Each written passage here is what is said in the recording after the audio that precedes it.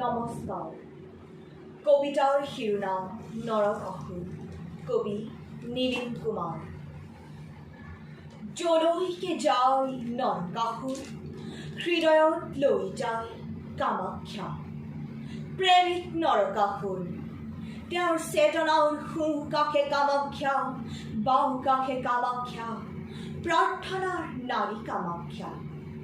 সপোনতো সেই ৰক্তকেশী নাৰী নৃত্যৰতা। দি থাকোঁতো নৰকাসুৰক জলক তৱক চকুৰ সন্মুখত বিজুলী লতা চুলিত মেৰিয়াই নৃত্যৰতা কামাখ্যা। অন্য কোনো ঠাই নাছিল নৰকাসুৰৰ, য'ত কামাখ্যা নাছিল। অন্য কোনো হৃদয় নাছিল নৰকাসুৰৰ, কামাখ্যাহীন।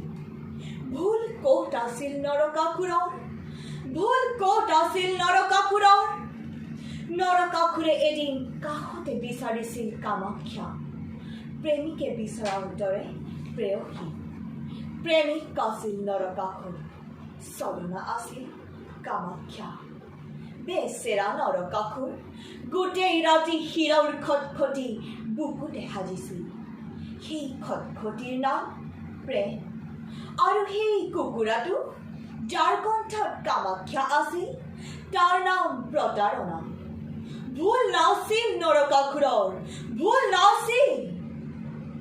ইমান চলনাৰ শেষত নৰকাসুৰে ক'ত থ'ব এতিয়া তেওঁৰ আত্মা? ক'ত থ'ব এতিয়া তেওঁৰ দিন আৰু ৰাতিবোৰ? সেয়ে তেওঁ নিজকে ভাঙি পেলাইছিল।